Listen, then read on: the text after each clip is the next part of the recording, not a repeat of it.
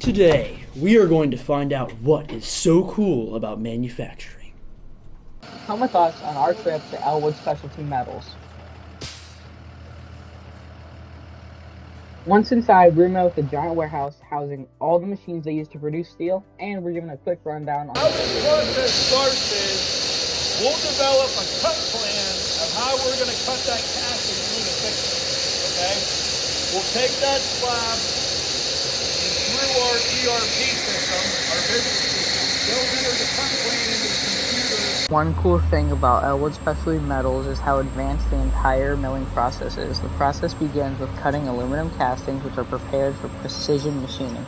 From there, the material moves into a highly automated milling system with a 102-inch diameter milling head that machines the plates with incredible accuracy, maintaining a tolerance of more or less 5/1000ths of an inch.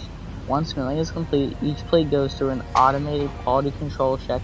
This system measures both thickness and flatness to ensure the product meets exact specifications. What skills or qualities are most important for people who are working on the floor? Just having a can-do attitude. If you're showing that you're willing to learn the job, baseline qualities, all you need is just show up and you can train and learn as long as you're willing to learn it. What do you enjoy most about your job? I would say that every day brings different challenges that are exciting, and really the result of what we do every day goes into real-world applications that make everyday life happen. Where can we see the products you make be used in everyday life?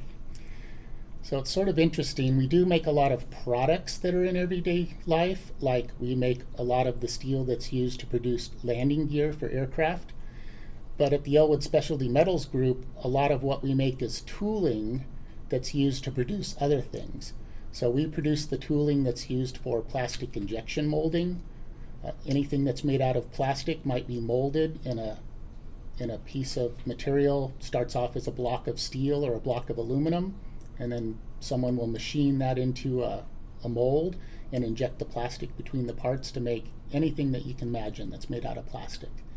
We also make the steel that's used for the die casting industry, so things that are made out of die-cast aluminum or zinc, from your die-cast toy cars to engine blocks in automobiles. So even though our steel isn't actually in those products, they couldn't make those products without the tool and die steel to produce them. We have cracked the case on what is so cool about manufacturing.